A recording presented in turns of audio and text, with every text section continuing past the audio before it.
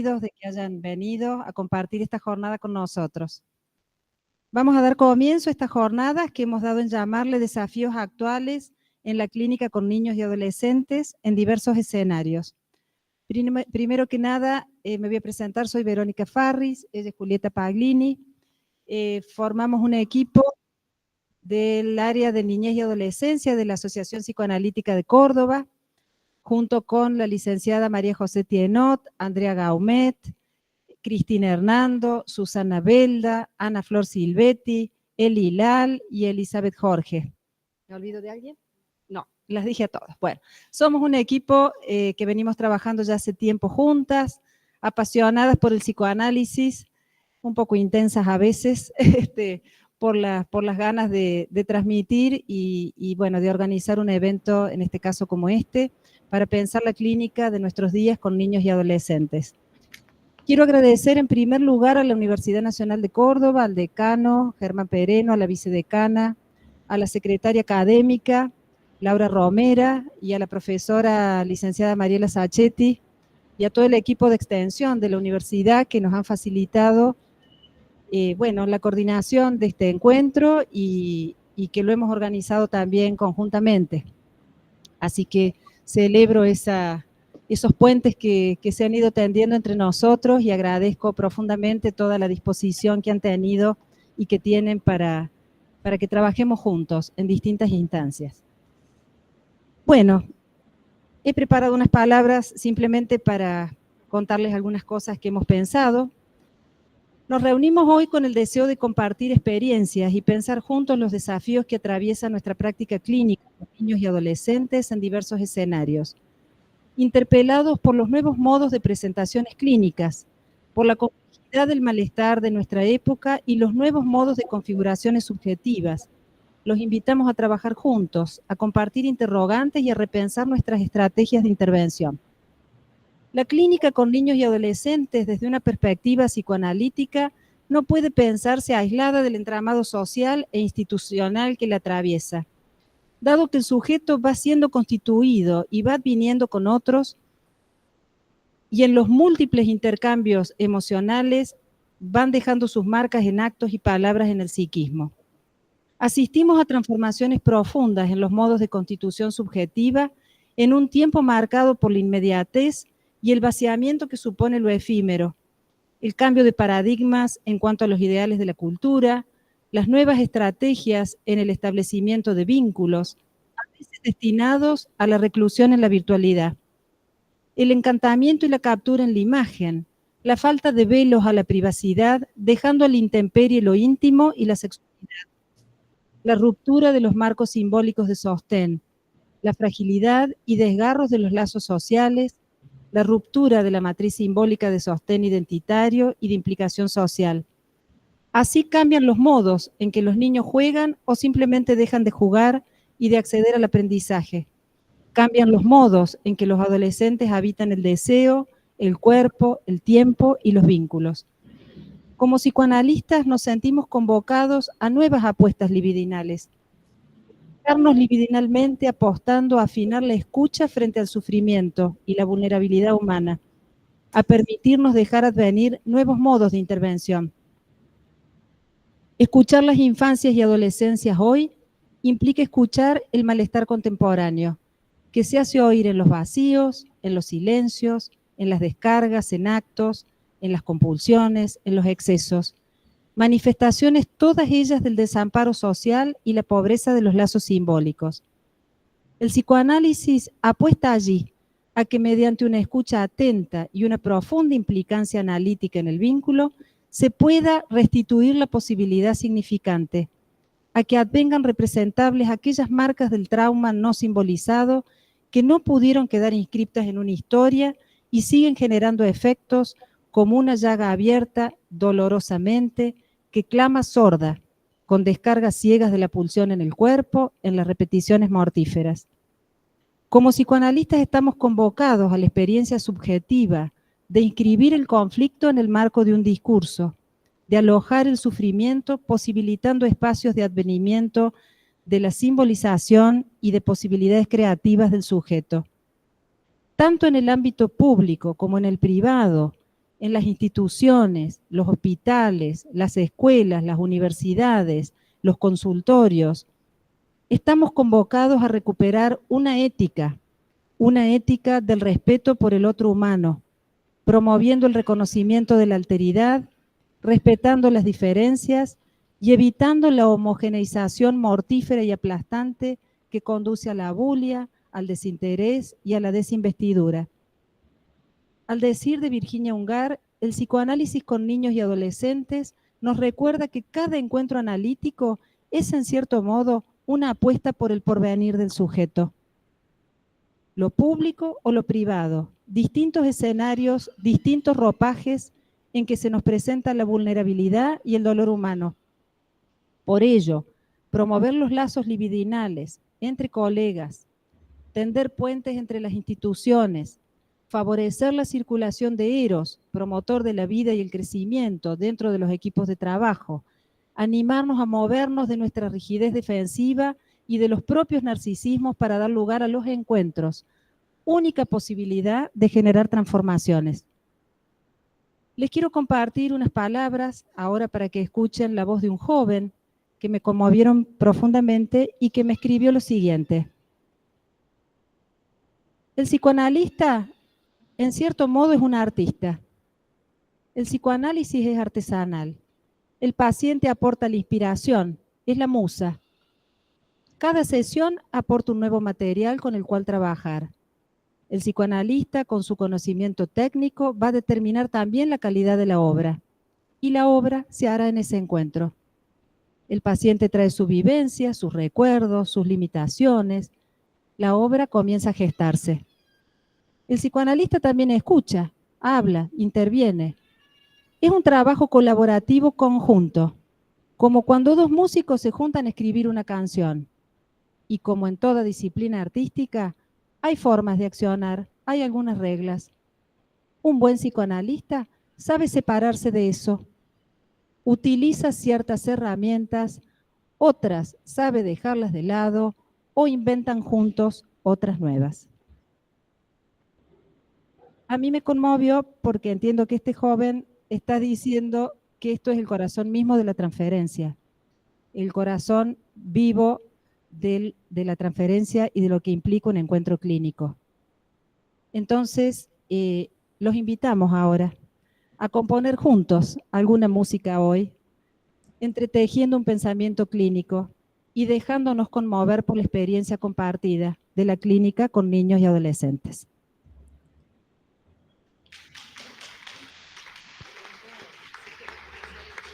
Sí. Ahora vamos a escuchar la palabra para la apertura de la licenciada Patricia de Cara, que es la presidenta de la Asociación Psicoanalítica de Córdoba.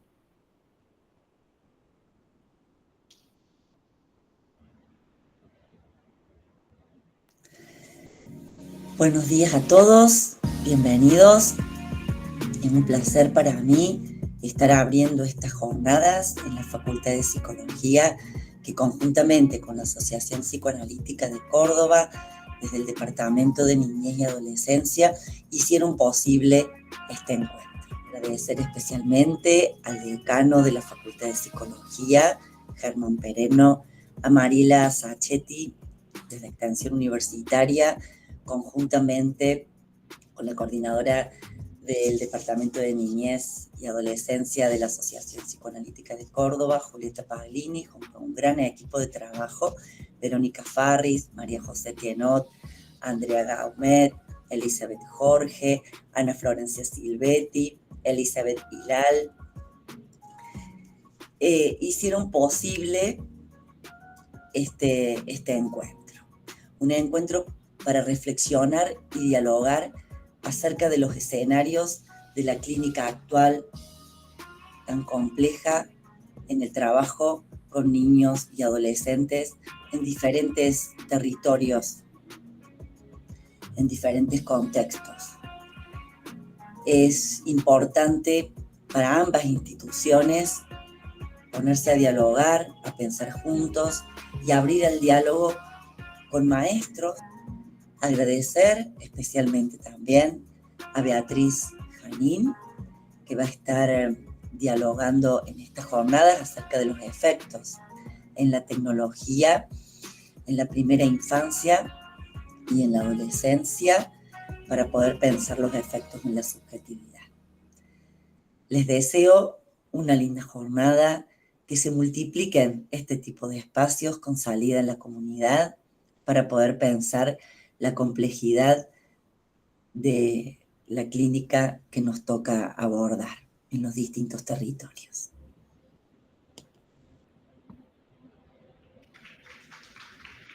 Bueno, muchas gracias, licenciada Laura Romera. Recién lo agradecí y vuelvo a agradecerlo ahora que estás presente por la colaboración, la secretaria académica de la universidad, que bueno, que es muy grato para nosotros celebrar este tipo de eventos conjuntamente. Así que muchas gracias y muchas gracias por acompañarnos. Bueno, la dejo bueno, gracias Laura.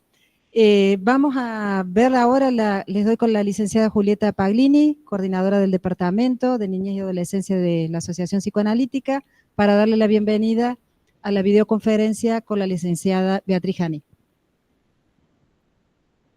Hola, buenos días, buenas tardes a todos, en especial a Beatriz. Me ha tocado este encuentro plagado de momentos ricos, no solamente por lo que nos va a transmitir ¿no se escucha? Lo que nos va a transmitir Beatriz Janín, sino también por todo lo que vamos a transitar durante el día, ¿no? Voy a decir unas breves bueno, perdón. Voy a compartir unas breves palabras. No.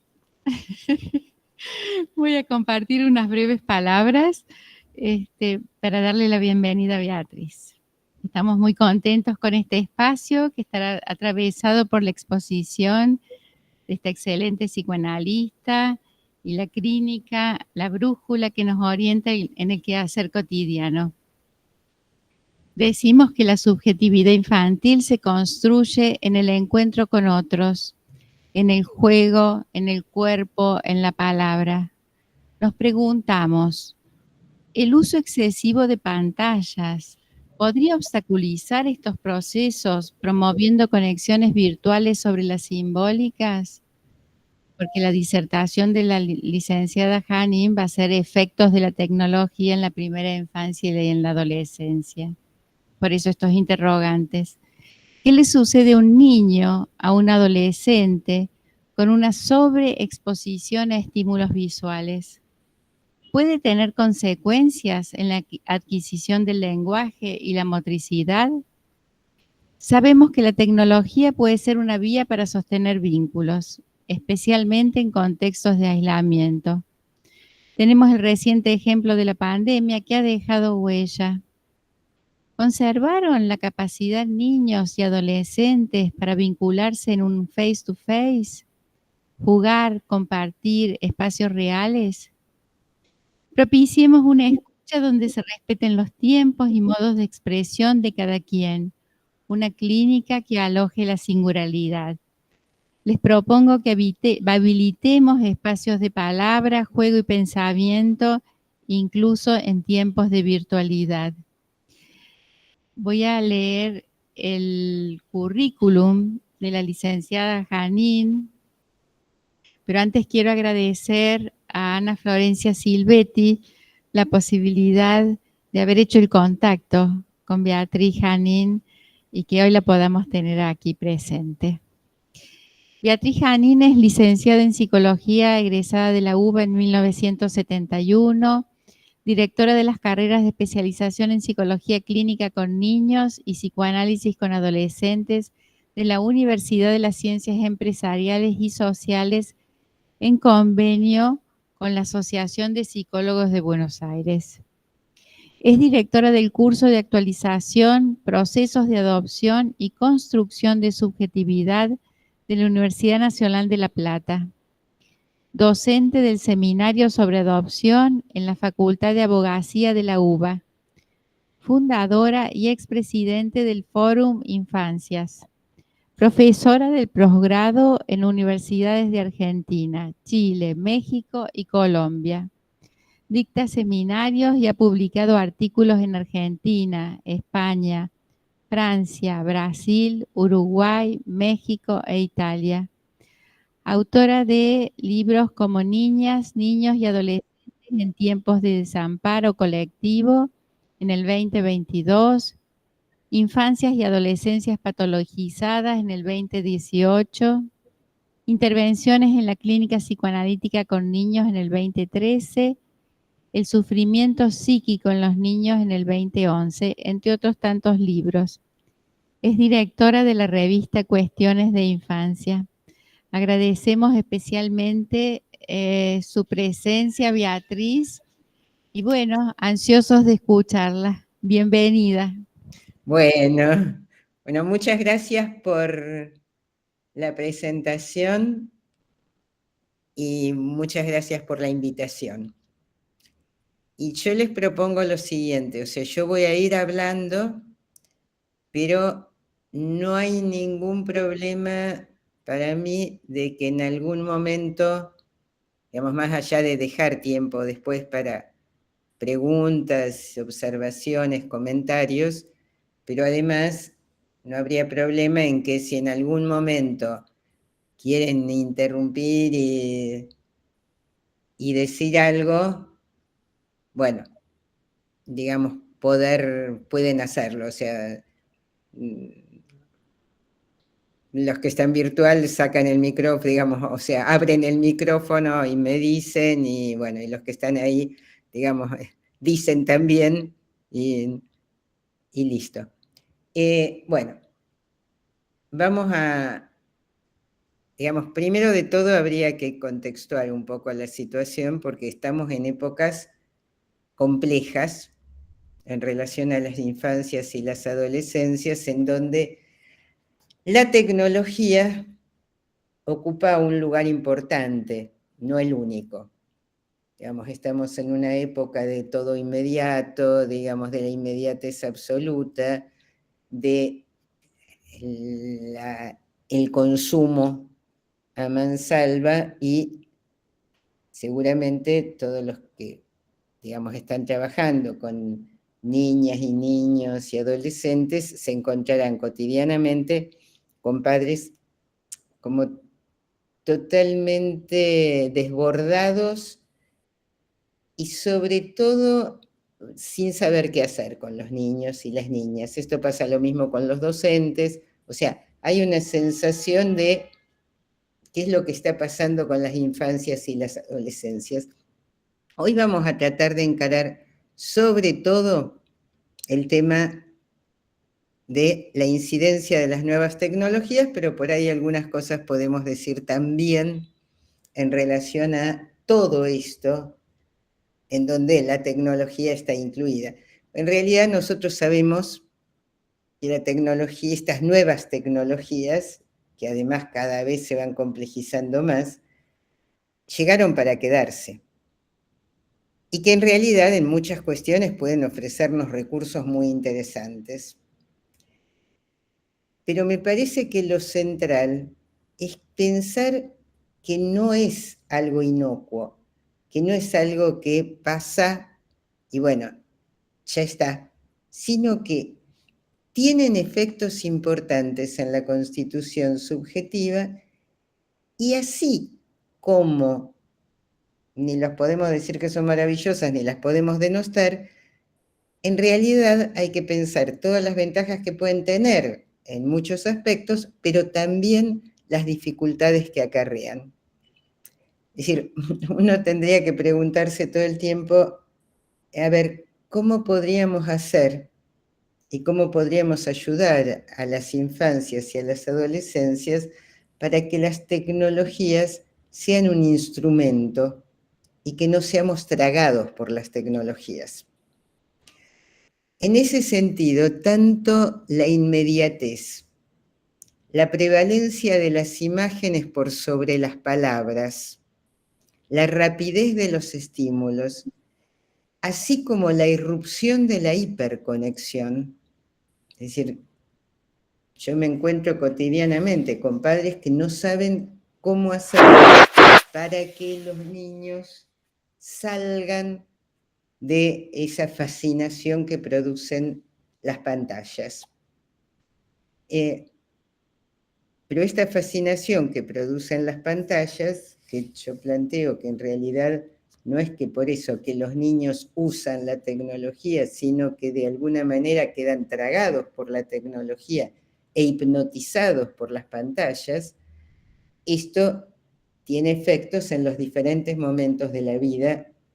Y pensando en términos de constitución psíquica y pensando en términos de que algo fundamental es que no nacemos ya con todo el psiquismo y la subjetividad constituida, sino que esto se constituye, se va armando.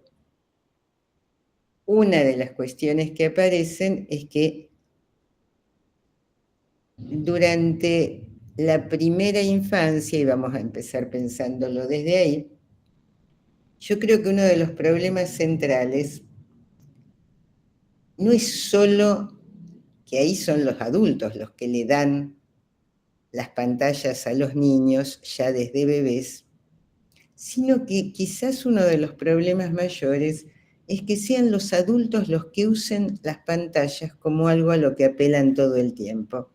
Es decir, muchas veces aún estando con sus hijos, están más conectados con las pantallas que con el niño mismo. Y muchas veces una de las cosas que aparece es que se las ofrecen a los niños como para calmarlos en determinadas situaciones. O sea, ¿cuántas veces hemos observado que frente a un bebé que llora se le da un celular con un videíto? ¿Cuántas veces observamos que, por ejemplo, cuando se hace un viaje en auto, se pone una tablet con videos, de manera tal que en realidad el viaje en auto, que es cierto, puede ser un engorro con chicos chiquitos, pero deja de ser un lugar de intercambio, de juego, de canciones o de lo que sea, sino, o sea, no hay inventiva ahí, sino que se reemplaza el lugar del adulto por algo del orden de una máquina. Esto lleva al extremo cuando uno encuentra, por ejemplo, mamás que dan el pecho o la mamadera mirando el celular. Uno puede plantear, ¿qué es lo que pasa allí? Fíjense, un momento tan clave en cuanto al encuentro de miradas, esta situación en la cual es fundamental que el adulto se conecte con la mirada del niño y que el niño tenga un otro al que mirar, esto no se produce muchas veces. Como esto, muchísimas situaciones, digamos, en lugar de dormirlo con cuentos o canciones, historias, se le pone algún tipo de pantalla, en lugar de el juego compartido, el juego simbólico, la conversación, lo ponemos también frente a ciertas pantallas. Esto, evidentemente, lo que ocurre es que se traduce en menos conexión, menos palabras, menos contacto. Hay una cuestión que es clave en este sentido, porque muchas veces la preocupación por las pantallas aparece en la adolescencia. Y en realidad, lo que creo que muchas veces se deja de lado, si bien ahora se está planteando un poco más, es que mientras son chiquitos, es el adulto el que le propone, el que le brinda la pantalla al niño, mucho antes de que el niño la pida por sí mismo. Claro, por supuesto, una vez que se le empezó a dar, seguro el niño la va a pedir. Y por otro lado, es probable que el niño la pida no solo por ese efecto hipnótico que la pantalla produce, y porque tiene colores, sonidos, luces fuertes, etcétera, cosa que a todo bebé puede impactar, sino porque lo que ve es que los adultos están pendientes de ese objeto. Es decir, aparece como un objeto deseado por el otro adulto. En tanto, deseado por el adulto, aparece como un objeto de deseo para el niño mismo. En tanto, digamos, dirige hacia allí su deseo siguiendo el deseo del adulto. Yo les decía, ¿cuáles son las consecuencias de esto ya en la primera infancia? Una de las consecuencias... Hay alguien que tiene el micrófono abierto, si se lo pueden... Ahí está.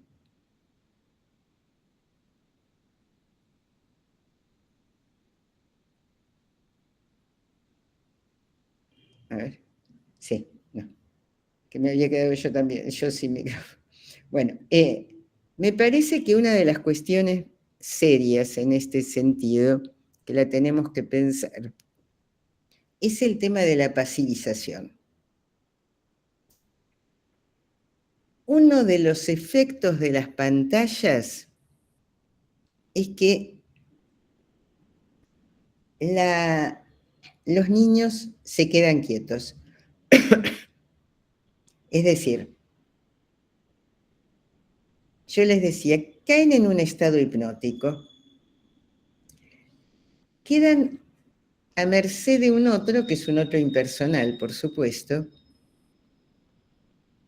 y quedan solo como espectadores. Y si bien hay muchos autores que están hablando de que estamos en una sociedad en la cual todos terminamos siendo espectadores, esto es bastante complicado.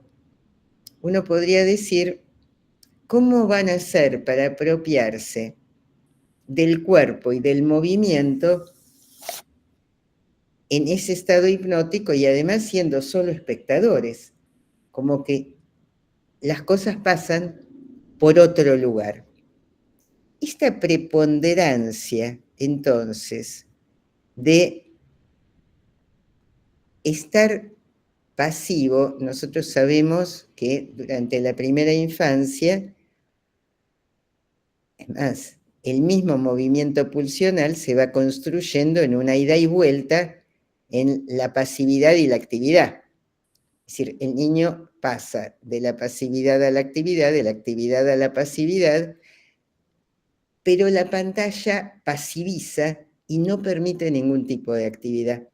Porque es más, si el niño hace, dice, etcétera, algo, cuando escucha la pantalla, cuando escucha los videos, no hay quien le conteste. Esto, insisto, suele traer severas dificultades. Uno de los puntos tiene que ver con esto que decía antes de la mirada. ¿Cómo pensar esta cuestión de que los niños no miran o no miran a los ojos si no fueron mirados a los ojos en momentos iniciales de su constitución? Si siempre es mirar para otro lado. Y mirar para un lado en donde los estímulos son muy fuertes, que no son iguales a los estímulos humanos. La otra cuestión que aparece como claramente, digamos, una de las dificultades que tenemos con los niños en esta época es que tardan en hablar y que aparecen con muchas dificultades en la adquisición del lenguaje verbal y a veces de todo lenguaje. Entonces, uno podría decir, ¿qué está pasando? Porque en realidad hasta se habla de una epidemia de TEA. Yo insisto, no hay una epidemia de TEA.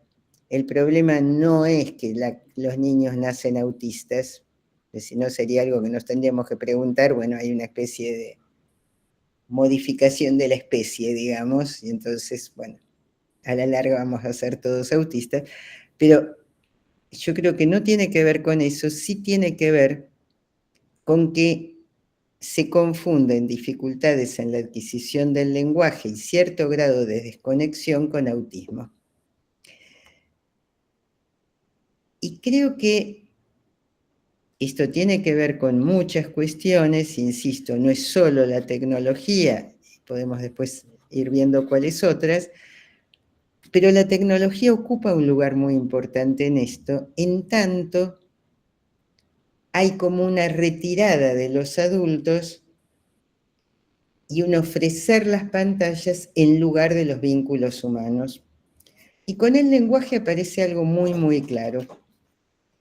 Posiblemente ustedes hayan leído algunos textos míos en donde hablo de la adquisición del lenguaje, pero hago un repaso.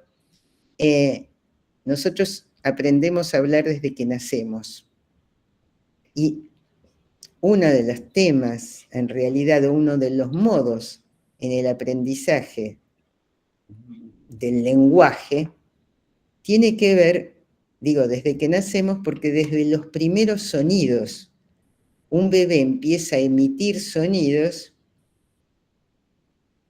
y en general hay un otro que le va contestando esos sonidos, que por lo menos los tiene en cuenta, que va haciendo algo con esto, que va significando el llanto, que va significando el grito, que va dándole un sentido a estos sonidos que él va emitiendo. Por otro lado, cuando muchas veces el adulto, sin haberlo estudiado en ningún libro, hace como juegos, hace un intercambio lúdico con el bebé.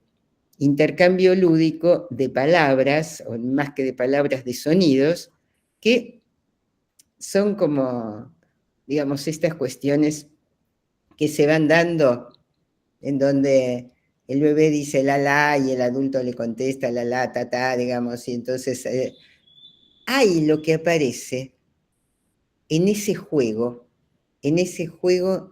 que en realidad implica una libidinización de esos sonidos, y en donde el niño empieza a escuchar que aquello que él emite como sonido, que es algo que sale de él, es algo que le va produciendo placer y que el otro responde a eso. Esto se arma en un vínculo. Es decir, esto es como el primer paso. Después ustedes habrán visto, observando bebés, que hay un momento en que los niños empiezan como uno dice así, habitualmente dice se cantan a sí mismos, porque hacen como una melodía, que en general imita el modo de hablar del adulto cuidador. Entonces, digamos, hay como una entonación que van teniendo, y esto también se da en un vínculo, y es antecesor de lo que después llamamos lenguaje verbal. El que un niño pueda empezar, sí. Bueno, no, pensé que alguien decía algo. El que un niño pueda empezar a plantear, digamos, a sentir esto, a vivenciar esto, que los sonidos que le emite le produzcan placer, que haya algo en esto de poder armar melodías ya como con, digamos, ya no algún sonido, sino secuencias de sonido, que el otro le responda a eso, que para eso seguro que tuvo que haberle hablado, cantado, o sea, sabemos que sin un baño de lenguaje no hay lenguaje.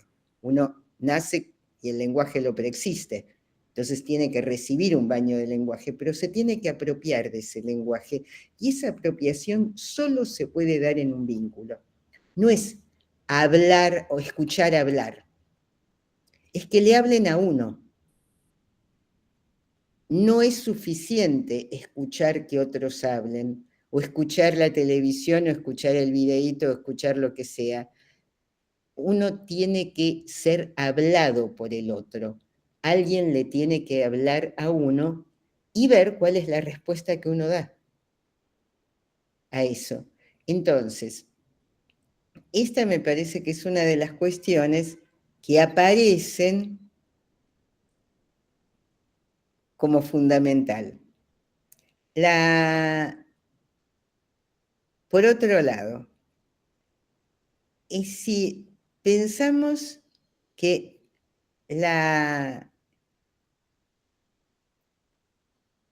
pantallas lo que predomina es el lenguaje visual. Y yo insisto, el relato oral de historias y cuentos deja huellas diferentes a las transmisiones puramente visuales. Y también es muy distinto que sea una persona con un olor, sensaciones táctiles y auditivas, determinada mirada, tono de voz, el que habla, que cuando lo que se muestran son, digamos, esto de lo visual de las pantallas, en un lugar en donde todo es bidimensional en la pantalla, no hay un otro cuerpo, no hay un cuerpo del cual uno pueda, digamos, con el cual se pueda contactar. Tampoco son vividas las palabras como pasa con un otro humano. En principio el niño puede no entender lo que uno le dice. Uno le habla y el niño seguramente no entiende. Pero lo que sí entra a detectar es si hay palabras que son caricias, si hay palabras que son como puro ruido, si hay palabras que pueden tomar como un valor de ataque, si se quieren, y en ese contacto con esas palabras se va construyendo un ritmo y hay un cuerpo que va siendo erotizado, no solo a partir de las caricias, no solo a partir del contacto físico, sino también de esto que en principio es la envoltura que da el lenguaje, que unifica, que cuando el otro le habla desde muy bebé, como al niño, como que es alguien, esto envuelve también, esto produce sentido de ser alguien. Entonces, el niño, uno podría decir, va emitiendo sonidos. Decíamos, sonidos que le producen placer. En la repetición misma, todavía no es que podemos hablar de palabras. Hay casi un juego autoerótico ahí, pero también un juego libidinal con el adulto. Es un juego amoroso. Hay que tener en cuenta de que el hablar implica, digamos, el hablarle a otro implica algo del orden del amor. Bueno, esto lo sabemos muy bien las mujeres, que cuando nos enojamos dejamos de hablar. A veces los hombres también, pero en las mujeres es clásico, bueno, uno quita la palabra, porque la palabra tiene algo de intercambio amoroso. Y por otro lado, en ese juego amoroso, el niño se va identificando con el otro, que lo libidiniza. Y esto va implicando un primer grado de organización de sensaciones corporales. O sea, ya aparece allí, en este interjuego de caricias, palabras, vínculo, lenguaje, la constitución de un yo de placer purificado. Fíjense, las diferencias son absolutas porque en realidad uno podría decir, que lo que emite el televisor, la computadora, la tablet, el celular, aunque sean palabras, son palabras ruido, son palabras que no le están dirigidas a él, que están dirigidas en general y que no constituyen subjetividad en ese hacer. Lo que arman es algo que, insisto, frente a lo cual el niño puede quedar fascinado, yo digo hipnotizado, pero no hay un ida y vuelta, no hay algo del orden del lazo, no hay un vínculo amoroso. Entonces, hay una diferencia entre las palabras, el lenguaje que remiten a un vínculo amoroso y los fragmentos sonoros que remiten a un aparato. Por otro lado, esta prevalencia entonces de imágenes sobre palabras puede favorecer el retraso en la adquisición del lenguaje verbal. Para mí esto es algo que es muy claro que está pasando, porque creo que los dos elementos centrales es que se retrasa la posibilidad de conectarse con otros, se retrasa y se complica, no solo se retrasa, y se retrasa y se complica la adquisición del lenguaje verbal. Una cuestión que tenemos que tener en cuenta es que en este trayecto, en la adquisición del lenguaje, algo fundamental, yo les decía, que es la significación. De esto habla mucho Piero Lanier cuando habla de la violencia de la interpretación, como es necesario un adulto que signifique aquellos sonidos, lo que le pasa a un niño y aquellos sonidos que emite. O sea, si cuando el niño dice ne, todos dicen, uy, dijo nené, uy, dijo nene, perdón, y cuando dice agua, así, todos dicen, empezó a decir agua, y le señalan el agua y aparece la ligazón, allí esto se va constituyendo en tanto esos sonidos son significados. Para ese niño, a partir de ahí, agua va a ser agua. Digamos, esto me parece que es fundamental. Ahora, por otro lado, hay varias cuestiones en esto que yo decía antes, la pasivización. La pasivización trae problemas importantes, o sea, se supone que un niño tendría que poder moverse y moverse todo lo que se pueda. Cuando están frente a pantallas, no solo quedan hipnotizados, no solo no hay con quien intercambiar lenguaje, sino que además quedan demasiado tiempo quietos, cosa que, por ejemplo, durante la pandemia se hizo mucho el darles, digamos, aparatos a los niños, porque los padres tenían muchas veces que trabajar online en la casa y necesitaban que los niños estuviesen quietos y entretenidos. Ahora, fíjense que esto también trajo problemas, porque el niño necesita moverse para apoderarse de su cuerpo. La manera en que registra su cuerpo como totalidad es su cuerpo en movimiento, pero no es solo eso. Yo esto lo vengo planteando hasta el cansancio, que es que los niños empiezan a pensar moviéndose.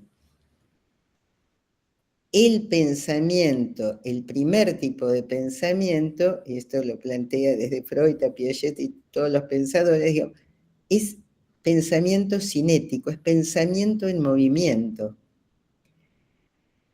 Ahora, si el movimiento está en la pantalla, pero ellos están quietos, ellos no se van a apropiar de esto y tampoco van a ir pensando, O sea, cuando un niño puede pensar, digamos, puede moverse, tiene que ir calculando los movimientos, tiene que ir calculando cómo puede, digamos, cómo a veces tiene que rodear un objeto para llegar a donde quiere, cómo tiene... Y esto son los primeros modos de pensar. De hecho, cuando los nenes chiquitos nos cuentan algo que le pasó,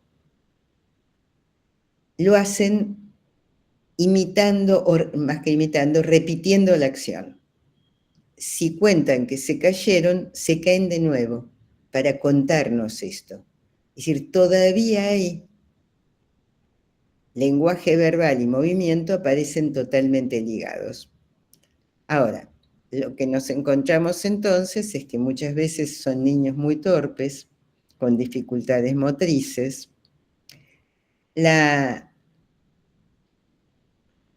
También pueden quedar en un estado de excitación permanente, las pantallas son excitantes, y que empiece a moverse pero sin ninguna meta. Es decir, sin poder hacer esta ligazón que implica el pensamiento en sus primeros momentos. Esto puede llevarlo a que tenga dificultades después en el aprendizaje. Por eso muchas veces planteo a las maestras de jardín maternal e inclusive de los jardines de infantes que sería importantísimo que los dejen moverse y mucho, que no los quieran tener sentados en una sillita. Y esto es lo mismo en las familias. El haber podido asir los objetos, explorar el mundo, representarse a sí mismo en movimiento es fundamental. Y además sabemos que los primeros juegos se ligan al movimiento y que esto los lleva a armar recorridos que implican un freno a la impulsividad. Si por el contrario quedan paralizados y excitados, porque las pantallas existen, quedan con sensaciones que ellos no pueden tramitar. Y cuando se mueven, se los sanciona por moverse, que es el único modo, en todo caso, de descarga de tanta excitación.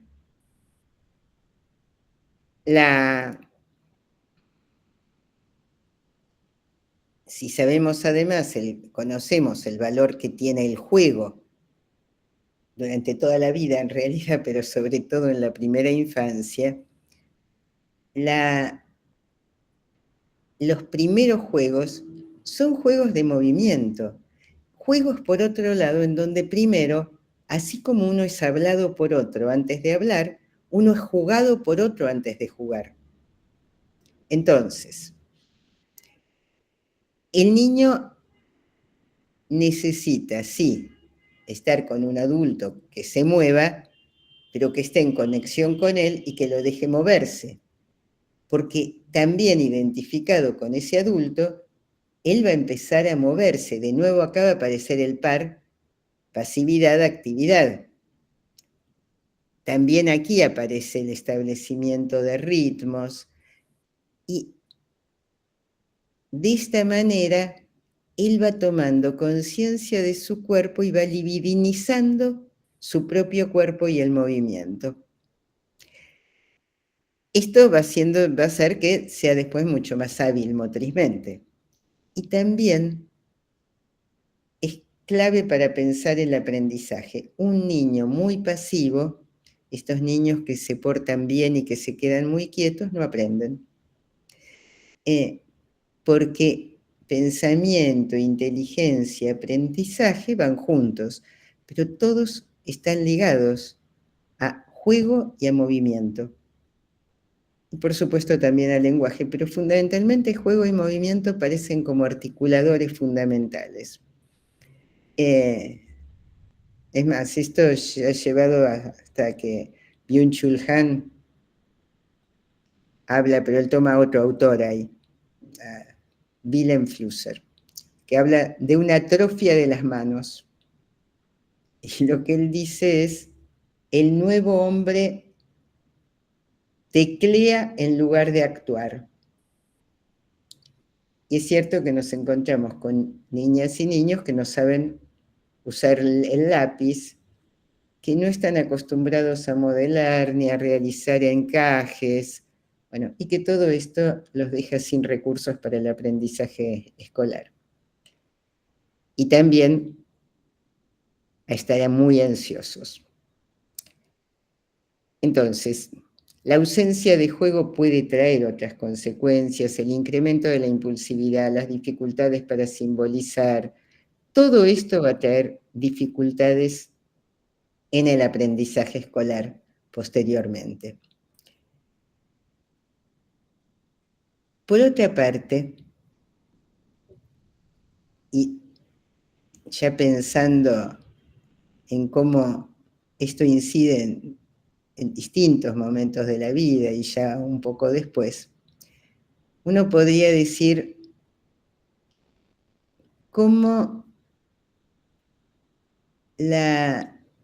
por un lado, no se pueden expresar los sentimientos, digamos, o cómo los mensajes aparecen en la pantalla desafectivizados y además uno aprende, en realidad uno aprende a transformar el afecto en sentimiento, o sea, poder ponerle palabras a los afectos y a registrarlos como propios a partir del funcionamiento empático de un otro. Esto es obvio que ninguna pantalla lo da. En ese sentido,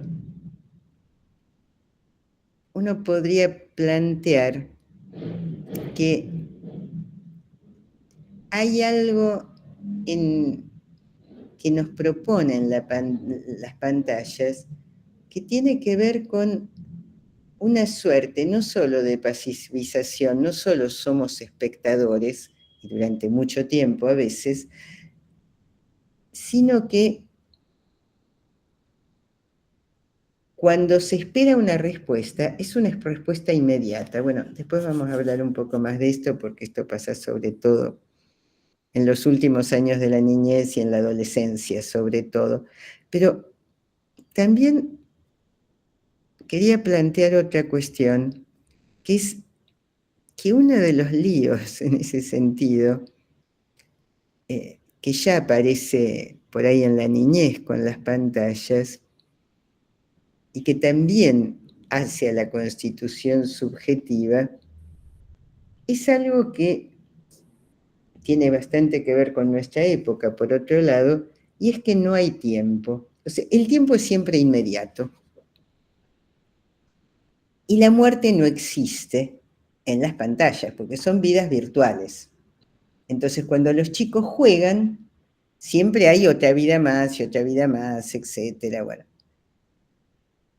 a mí me parece que ahí hay algo que se replantea del tema de la castración, o sea, todo es posible. Y nos encontramos con muchos niños que funcionan con una especie de omnipotencia absoluta, y yo creo que se chocan con el mundo cuando les pasa esto, porque en la pantalla todo es posible. Uno puede apagar la pantalla cuando quiera. Uno domina la situación, si bien, sobre todo en esto de los juegos, digamos, no ya los bebés que se quedan ahí pasivizados, sino que cuando los niños pueden hacer algo más y empiezan a ser ese sujeto que teclea, digamos, como diría Byung-Chul Han, se transforman supuestamente, en realidad siguen siendo, digamos, siguen sin ser ellos los que manejan la pantalla, siguen siendo manejados por la pantalla, eso es clarísimo. Pero más allá de que sean manejados por la pantalla, ellos pueden suponer que ellos manejan la pantalla. ¿Por qué digo que son manejados por la pantalla? Porque en realidad, si bien supuestamente juegan, son juegos que vienen ya formateados. O sea, no aparece ni la fantasía, ni la creación, ni la imaginación, ni el armar algo propio, sino son juegos que están ahí planteados. Entonces, en ese que estén planteados ahí estos juegos, de algún modo, el niño supone que él pasa a ser todopoderoso porque puede apagar la pantalla, porque puede tener miles de vidas, porque supuestamente puede lograr determinadas cosas. También puede frustrarse un montón, porque también puede perder, y entonces, bueno, ¿cómo queda?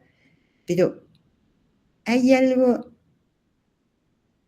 que choca cuando se enfrentan con el mundo real, porque los otros no pueden ser apagados cuando uno quiere, porque las cosas que le pasan, digamos, yo digo, lo que es claro es, el niño puede suponer que puede apagar, que es cierto, puede apagar la pantalla cuando él quiera, pero está en la escuela y no puede apagar la escuela, no puede apagar a la maestra, no puede apagar a los otros niños. Es decir, en la vida los otros no pueden ser apagados, siguen presentes con sus reclamos, con sus demandas, y esto puede causar mucha angustia cuando un niño está acostumbrado a conectarse más con pantallas que con seres humanos. En realidad, entonces, uno puede pensar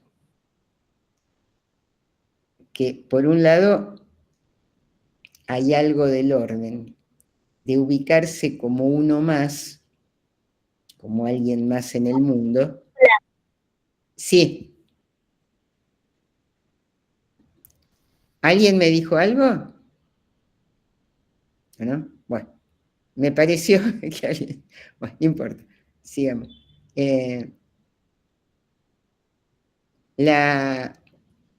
Entonces, uno podría decir que más que un mundo de palabras le ofrecemos un universo de imágenes, pero además hay otra cosa, y es que ese universo de imágenes implican flujos de información muy veloces.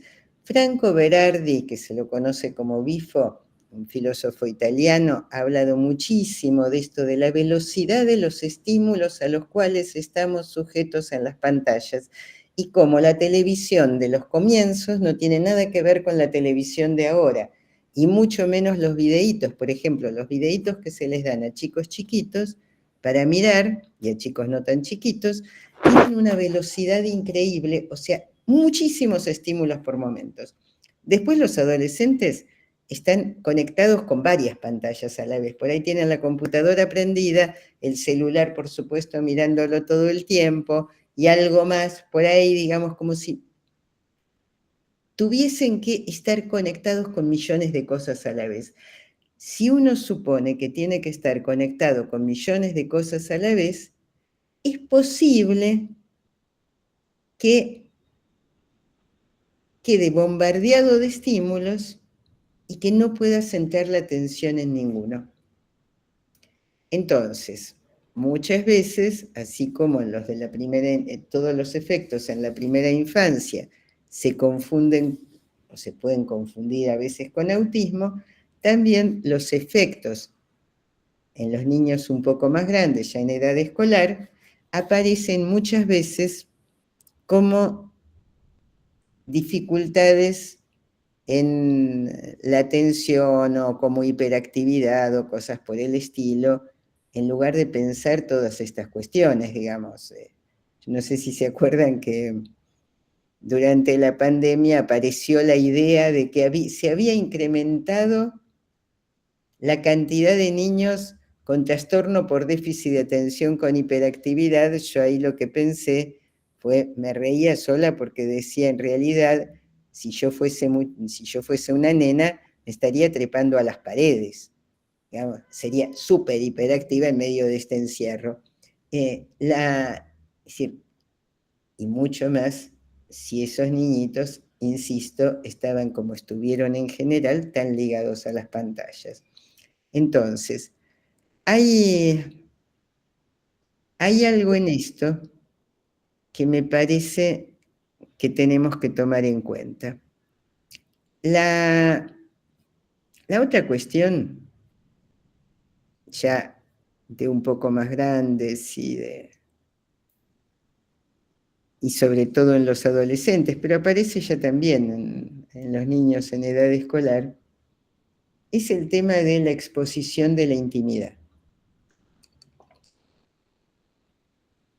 Paula Sibili habla de la extimidad, en tanto ahora dice que se pasó del diario íntimo, que uno lo guardaba bajo llave, a contar todo.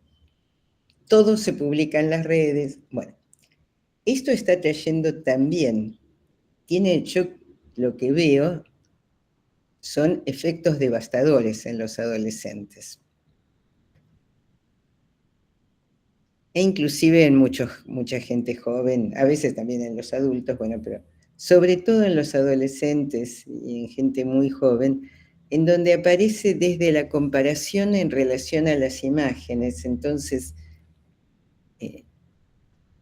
digamos, aparece chicas jóvenes o adolescentes que plantean que todo el tiempo en Instagram les aparecen mujeres súper delgadas y hermosísimas y todo así. Vemos como si hubiese también un bombardeo de estímulos y en donde además se cree que hay un mundo feliz al que no se tiene acceso. Yo creo que esto, combinado con una cuestión muy difícil en esta época, que es que se supone que los ideales, porque estamos en una sociedad que promueve el individualismo, y entonces la idea es los objetivos, los ideales, aquello a que queremos llegar, son puramente individuales. Si los ideales, los objetivos, las metas a alcanzar son individuales, esto, y por otro lado, estamos sujetos a pantallas en donde nos muestran que hay otros que tienen una felicidad inalcanzable para nosotros y que tienen logros maravillosos y todas estas cosas, aunque la mayoría de esas cosas sean falsas, pero no importa, los chicos no lo toman así. Justamente algo que anulan las pantallas es el pensamiento crítico, o sea, la sobredosis de pantallas, digamos, no las pantallas por sí, pero anulan el pensamiento crítico, entonces uno se cree todo lo que aparece en la pantalla, y los chicos lo creen.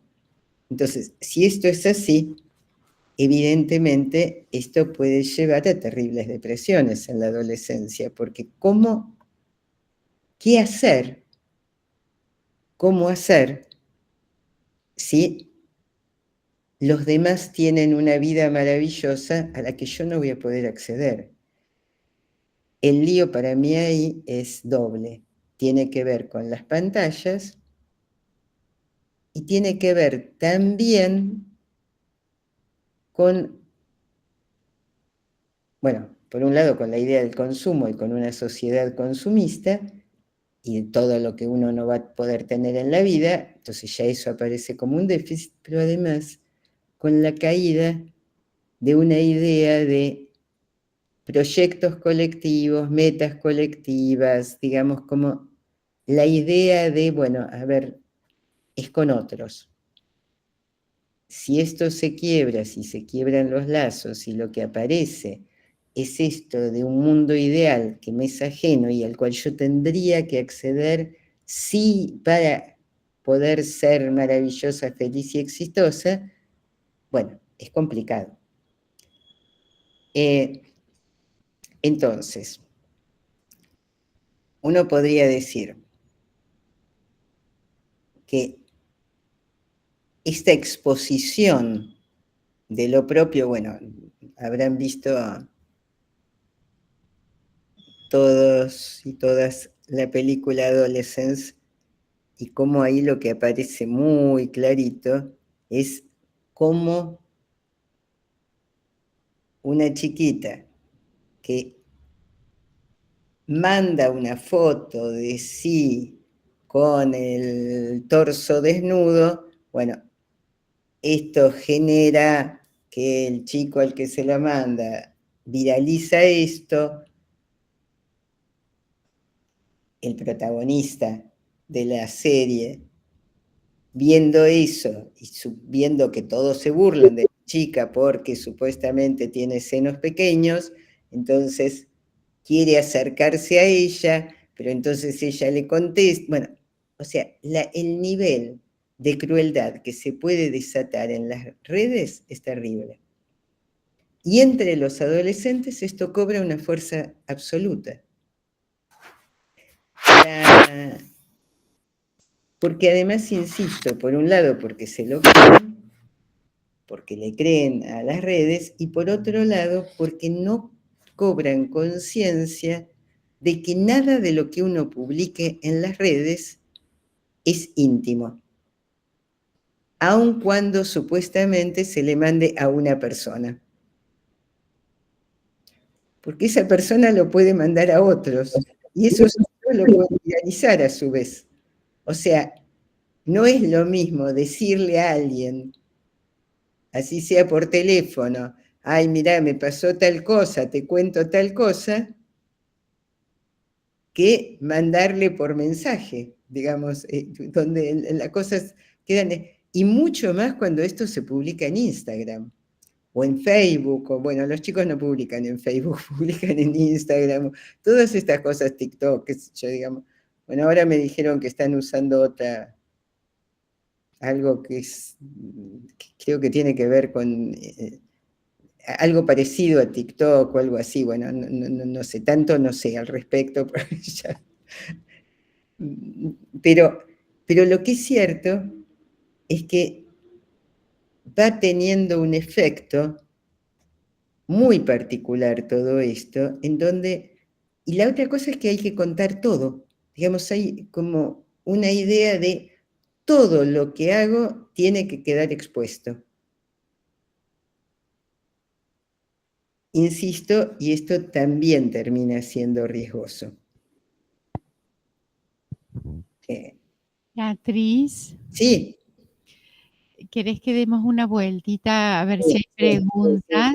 Sí. Demos una vueltita. Bueno, porque pensaba que dicho y subliminalmente venís y traes fuertemente la importancia del vínculo con el otro, ¿no? Uh-huh. Y bueno, se me venían infinidad de casos en la cabeza donde sí hay niños que por ahí usan tablets, pero depende del entorno familiar que tengan y qué lugar tiene esa pantalla, si es el lugar principal y el vínculo con los otros tiene un lugar importante, ¿no?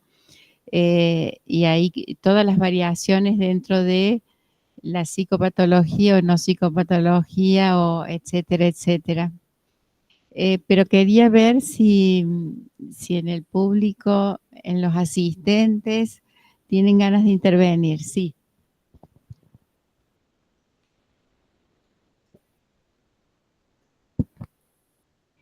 Hola Beatriz, ¿me escucha? Hola, sí, perfecto. ¿Qué tal? Bueno, Santiago Carballo de Abdeva. La verdad me quedé pensando en lo que estabas diciendo. Yo te he leído mucho la primera vez que te escucho. Es como que le pongo voz a muchos textos que vengo leyendo hace muchos años, ¿no? Te agradezco por la escritura y también por esta presentación. Me quedé pensando en algo en relación al pensamiento en los niños, porque la pantalla también tiene una característica que es de una eterna presencia, es como un pecho infinito. Y todo pensamiento se basa también en la ausencia. Para que haya una representación, algo no tiene que estar presente, si no, faltaría esa representación, porque nosotros, bueno, traemos eso. Yo pensaba si, además de la cuestión vincular, yo me pongo más intrapsíquico, ¿no? en esta forma. No, está bien. ¿No? Es cómo afecta la metapsicología un pecho que no tiene fin. Y un pecho que también tiene una característica, que no sacía. Es como si en vez de alimentarte, te da hambre. Y cómo eso puede efectuar en algún sentido un tipo de modulación del pensamiento distinto al que tenemos otras generaciones. La verdad, interesantísima. La reflexión me dejas pensando. Pero lo que me parece sí, que es una cuestión totalmente a pensar, porque lo que vos decís es cierto, y es más, yo a veces se los digo a los padres en las consultas, que la pantalla más peligrosa es el celular, y en todo caso por ahí a veces la tablet, digamos, pero sobre todo el celular. ¿Por qué? Porque tiene esto de, el chico sabe que va a estar en todos lados. Aunque él no tenga celular, que los padres lo llevan a todos lados. Entonces, a diferencia del televisor, por ejemplo, que es un aparato que el chico sabe que lo puede ver si está en su casa o en otra casa, pero no puede andar por la calle con televisor a cuestas. El celular sí es algo, y yo creo que es cierto, es como esto que vos decís, una especie de pecho, solo que es un pecho que no satisface. Y que el pecho, en todo caso, aunque fuera eterno, da una serie de sensaciones, como el gusto, el contacto, digamos, y tiene que haber una actividad para seguir tomando. Frente a la pantalla, el chico está pasivizado. Uno puede decir, sí, puede haber otro tipo de pensamiento y tendríamos que pensarlo. De cualquier manera, yo me encuentro con que hay bastante como una cuestión casi, no sé si llamarlo repetitiva, digamos. Hay algo en esto de justamente que no haya ausencia, como vos decís, que sea todo un continuo. O sea, yo digo, es un tiempo continuo en la pantalla. Bueno, esto además aparece, qué sé yo, antes la televisión funcionaba pocas horas al día, ahora son las 24 horas, los 7 días de la semana, digamos, pero mucho más, insisto, las otras pantallas que... Ahora, me dejas pensando con esto, honestamente no sé cómo sería ese otro tipo de pensamiento, pero hay que pensarlo, hay que pensarlo. Yo creo que hay nuevas subjetividades que se van constituyendo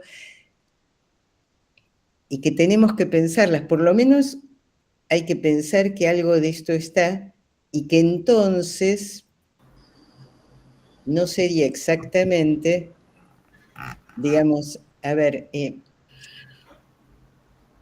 algo así como algo, podríamos decir, patológico, porque para colmo, le ofrecemos esto, se lo estamos dando a los chicos, por más que ahora está apareciendo en muchos lados que 0 pantalla hasta los 6 años, etcétera, etcétera, etcétera, y reducir todo el tiempo de pantallas, y hay toda una corriente al respecto, pero venimos ofreciendo este tipo de cuestiones y después los patologizamos, porque, insisto, esto lleva a que aparezcan situaciones difíciles en relación al aprendizaje, al movimiento, etcétera.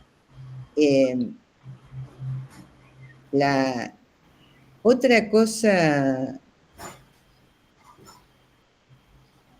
que, digamos, que se planteó anteriormente, que es por ahí el cómo de la pantalla, esto también es cierto. A ver, uno puede decir, es distinto que la pantalla reemplace al adulto a que el adulto se siente con el chico a ver una película, lo cual va a implicar casi necesariamente que haya como una conversación permanente. Cuando uno mira una película con un chico chiquito, el chico hace 25.850 preguntas, si uno lo habilitó para eso.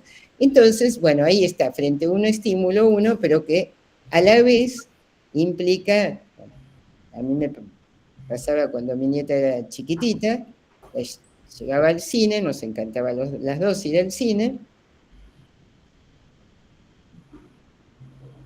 trataba de ir en horarios donde no había mucha gente o donde fuera casi nadie, porque entonces ella toda la película me iba haciendo preguntas. Salíamos de la película, volvíamos a contar la película, jugábamos a la película, o sea, ahí había como un estímulo, está bien, una situación, pero en donde después nosotras armábamos la historia. Y además ella me decía, qué sé yo, una de las preguntas típicas era, Beatriz, ¿dónde está la mamá? Sí, hay más preguntas. sí, en el Meet hay una persona, Andrea Perezini. Sí, Sí. Andrea, ¿cómo estás? Hola, ¿qué tal? Los pacientes suspendieron por la lluvia, entonces pude estar. No, pensaba en lo que decía el compañero del pensamiento y pensaba en el periodo, ¿no? O sea, esto de eterno presente o un pecho ¿no? Que no cesa, como lo decía, y pensaba que no aparece el tema del periodo, ¿no? Los silencios, en el encuentro, ¿no? La posibilidad de la construcción de los ritmos como algo necesario como base para la constitución del pensamiento. Y bueno, tomando avión, ¿no? Cuando habla de esta cuestión de la necesidad lo voy a decir como lo tengo trabajado, ¿no? La alternancia de la presencia-ausencia para la constitución del pensamiento, el retiro del objeto para que algo ahí pueda empezar, o como dice Winnicott, ¿no? Que ahí el sujeto comprende que hay una ausencia o algo de la actividad intelectual empieza a constituirse. Lo pensaba desde ahí, ¿no? Lo que decía el compañero.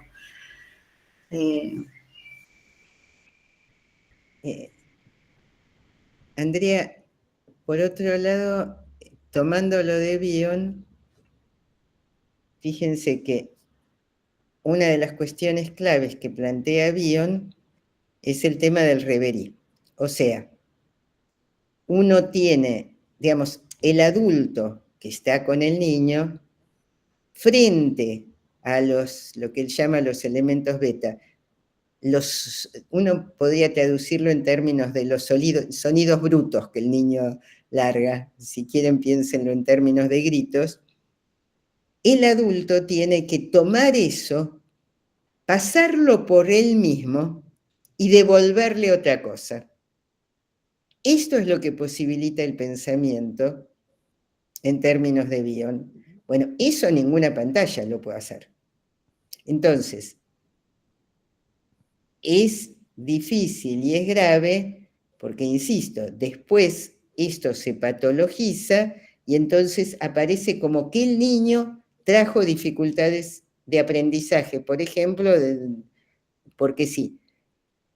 Y hay una historia allí que tiene que ver con este no poder separarse de la pantalla, con pero insisto, la delegación de funciones. Ahora con la inteligencia artificial, bueno, hay un libro interesante sobre la inteligencia artificial de Miguel Benasayac y Ariel Penisi, en donde plantean centralmente un tema crucial que es si delegamos funciones en la inteligencia artificial, esas funciones las perdemos. Es decir, hay una caída de funciones. Una cosa es usar la inteligencia artificial apoderándonos de la inteligencia artificial. Y otra cosa es usar la inteligencia artificial para que nos resuelva todo. Beatriz, Sí. tenemos más preguntas. ¿Qué te Dale. parece si tomamos 2 preguntas?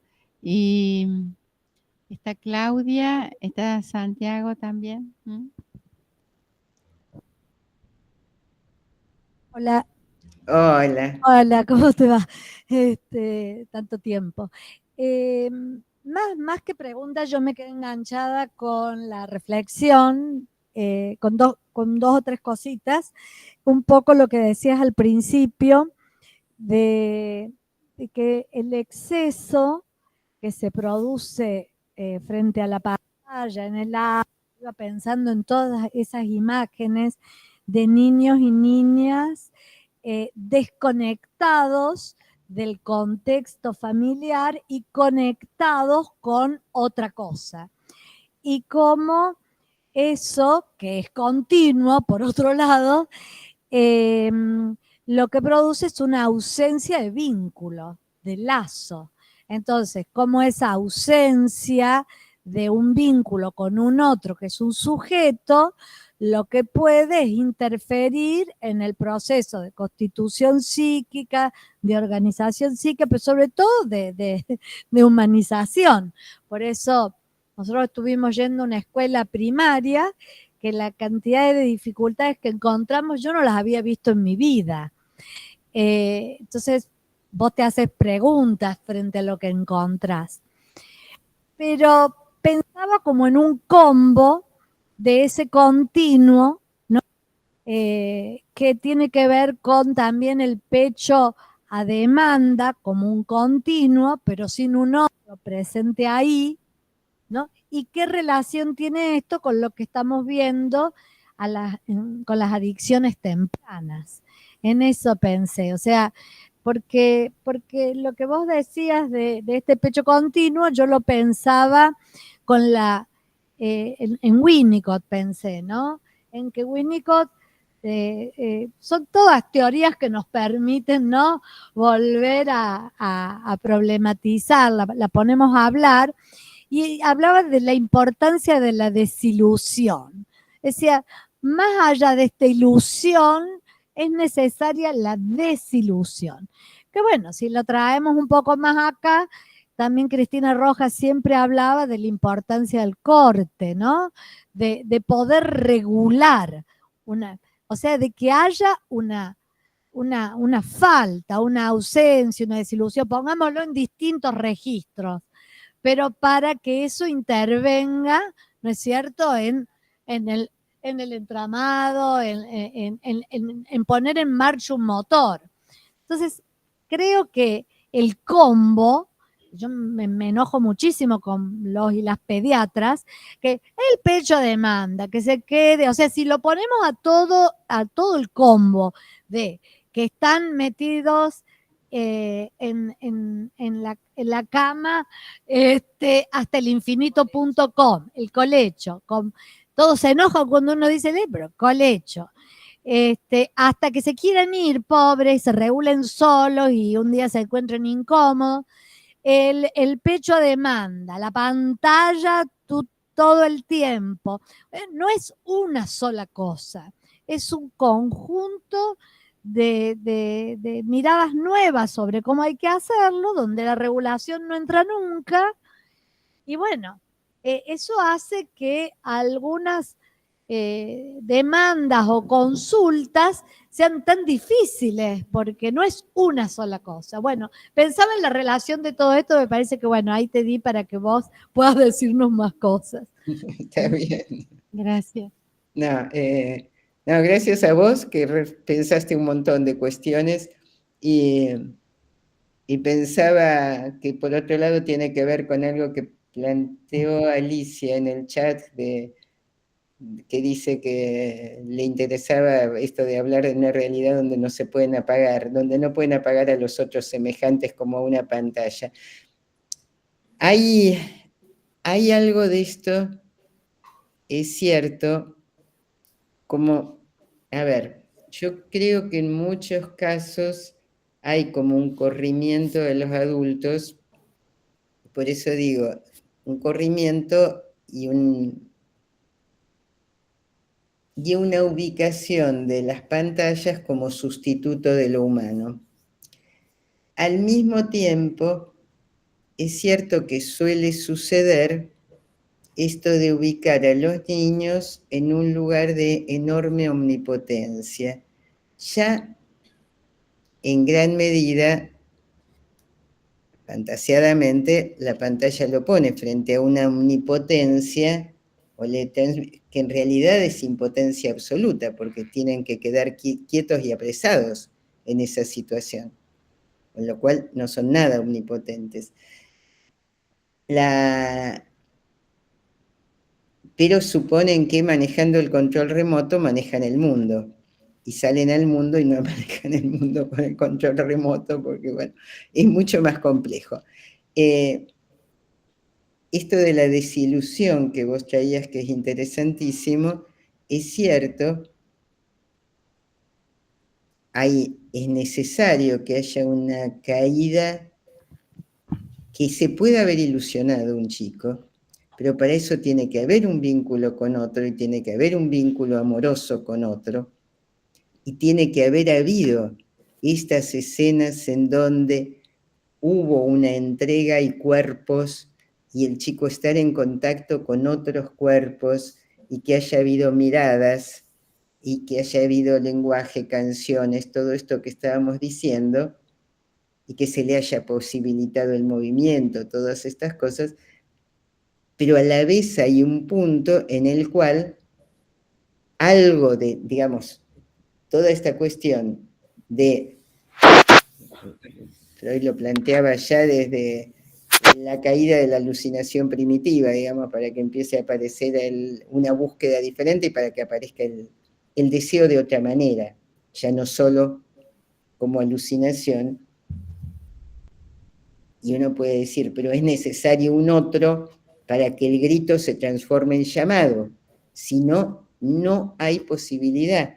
Entonces, para que el grito se transforme en llamado, ojo, y esto a veces es bastante tarea nuestra,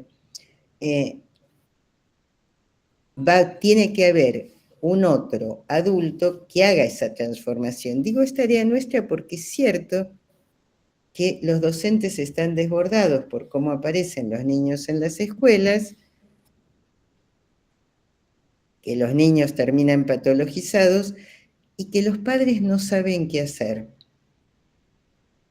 Y creo que una de las cuestiones claves tiene que ver con esto de poder ayudar a los padres a que vayan entendiendo y, digamos, y pudiendo pescar esto de ese funcionamiento infantil que puede ser de desborde absoluto como un llamado.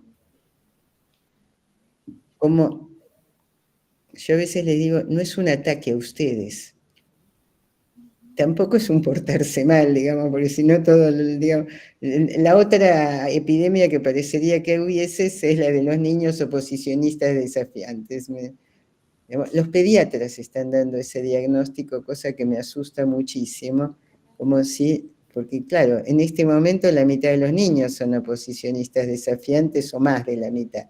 En esta cuestión de desborde que puede aparecer, que tiene que ver con este desborde, cosas que no se cortan, esto de un tiempo continuo, con las pantallas, con que no hay, digamos, a ver, si los adultos están en la casa conectados con el celular, tampoco hay un tiempo ahí que se corta, porque el otro está presente pero no está presente.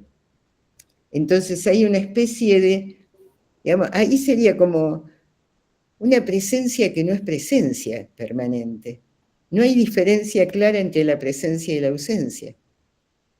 Digamos, es distinto que, bueno, el adulto llega y está con el chico, aunque no pueda estar todo el tiempo, digamos, nadie estuvo nunca todo el tiempo, pero, digamos, mirada, que haya palabras. Sí. Perdón, pero nos quedan 7 minutos y hay dos Perdón. personas que están Bueno. pendientes de hacer sus... Dale, los aportes, dale. Sebastián. Santiago de vuelta. Santiago. Me quedé pensando esto último que decías, esto de presencias ausentes. Es verdad que hay presencias vacías y hay presencias con contenido. Y es interesante esto porque un adulto que va a tener la función reverí es una presencia que contiene y que da un contenido al bebé. Mientras que la pantalla es una presencia vacía, que no da un contenido, sino da una sobreestimulación.